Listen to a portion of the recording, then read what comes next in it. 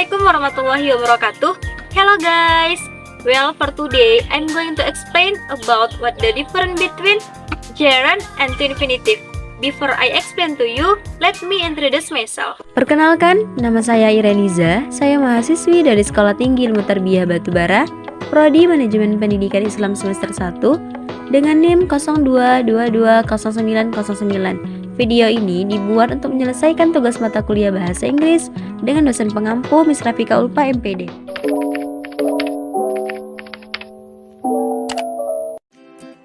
Gerund and to infinitive untuk bentuknya sebenarnya hampir sama, tapi ada juga yang membedakannya. Mari kita bahas. Nah, pertama saya akan membahas tentang gerund. Gerund adalah bentuk kata kerja yang ditambah dengan akhiran ing dan fungsinya sebagai kata benda, bukan lagi sebagai kata kerja. Contohnya, read ditambah dengan ing, reading. Eat ditambah dengan ing, eating. Jadi, segala bentuk kata kerja yang ditambah dengan akhiran ing dan fungsinya sebagai kata benda dinamakan gerund. Lanjut ke pembahasan berikutnya, the function of gerund, fungsi dari gerund. Fungsi yang pertama yaitu as a subject, sebagai subjek atau pelaku. Contohnya, reading book makes me smart. Membaca buku membuat saya jadi pintar. Reading di sini gerund sebagai subjek. Kenapa reading dikatakan gerund sebagai subjek? Karena reading adalah pelaku dari kata kerja makes, seperti itu. Kemudian, fungsi dari gerund yang kedua adalah as an object. Selain jadi subjek, gerund juga bisa berfungsi sebagai objek. Tapi tidak semua kata kerja yang bisa diikuti oleh gerund sebagai objek. Ada kata kerja tertentu yang bisa diikutinya. Berikut kata kerja yang bisa diikuti oleh gerund. Ada enjoy, finish, quit, keep, go, admit. Teman-teman bisa melihat semua kata kerjanya yang tercantum di sini. Contohnya, I avoid eating vegetables. Aku menghindari makan sayur-sayuran. Avoid adalah kata kerja yang bisa diikuti oleh gerund, kemudian eating adalah gerund sebagai objek. Kemudian, fungsi gerund yang berikutnya yaitu as a complement, sebagai pelengkap. Kalimat tidak akan lengkap jika tidak ada pelengkapnya. Contohnya, my activity every morning is cleaning the house. Aktivitasku setiap pagi adalah membersihkan rumah. Coba kita buat tidak ada cleaningnya. Seperti, my activity every morning is. Gak lengkap kan kalimat tersebut? Maka cleaning adalah gerund sebagai complement atau pelengkap. Kemudian, fungsi gerund berikutnya yaitu as a modifier of the noun, sebagai penjelas kata benda. Biasanya, yang dinamakan penjelas terletak sebelum kata benda. Jadi, polanya itu gerund plus noun. Contohnya, resting area, tempat istirahat. Jadi, dapat kita simpulkan, resting area adalah area for resting, tempat untuk beristirahat. Karena gerund fungsinya untuk menjelaskan sebuah kata benda. Jadi sudah kita ketahui bahwa resting adalah gerund dan area adalah noun. Dan fungsi gerund yang terakhir adalah as a preposition. Biasanya, preposition ini diikuti oleh gerund.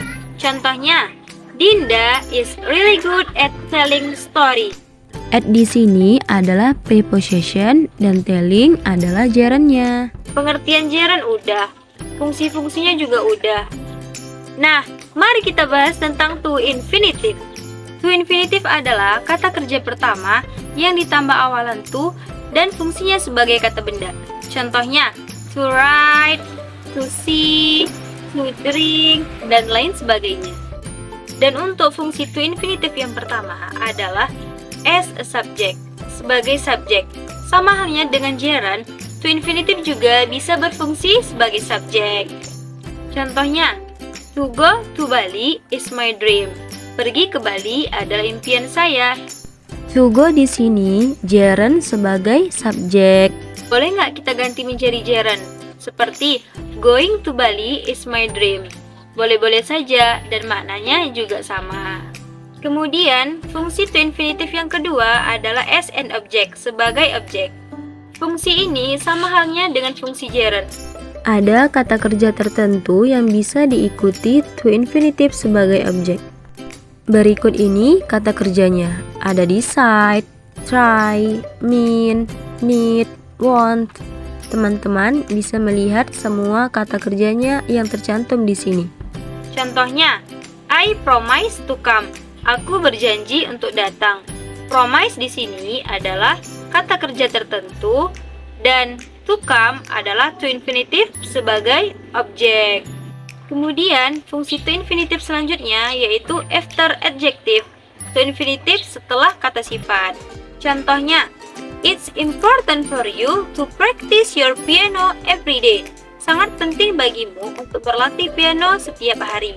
Jadi, important adalah kata sifat, kemudian to practice adalah to infinitive. Kemudian, fungsi to infinitive yang terakhir adalah untuk menjelaskan sesuatu. Nah, contohnya, they should come punctually to welcome the guest. Mereka harus datang tepat waktu untuk menyambut tamu. Kemudian, saya akan membahas tentang infinitive without to. Jadi, infinitive ini ada yang memiliki awalan to dan ada juga yang tidak memiliki awalan to. Infinitive without to ini adalah kata kerja dasar yang biasanya didahului dengan imbuhan modal verb seperti would, should, can or could, might or might. Nah, contohnya, I will scream if that spooky thing happen. Aku akan berteriak bila hal menyeramkan itu terjadi. Jadi guys, will ini adalah modal verb, kemudian scream adalah infinitive without to. Oke guys, pengertian gerund dan to infinitive udah. Kemudian fungsi-fungsinya juga udah. Maka berakhirlah pembahasan kita. Jadi kesimpulannya, gerund adalah kata kerja yang ditambah akhiran ing. Contohnya, study ditambah dengan ing, studying. Dan to infinitive adalah kata kerja yang ditambah awalan to. Contohnya, write ditambah dengan to write. Dan mereka sama-sama berfungsi sebagai kata benda. Kemudian, untuk fungsi gerund dan to infinitive sebagai subjek, mereka memiliki makna yang sama.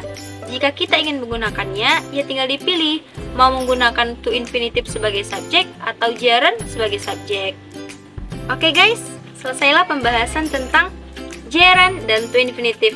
Semoga apa yang saya jelaskan bermanfaat bagi kita semua dan mudah dipahami. Lebih dari kurang saya mohon maaf. Wassalamualaikum warahmatullahi wabarakatuh. Bye, see you. Thanks for watching guys. Don't forget to like, comment, and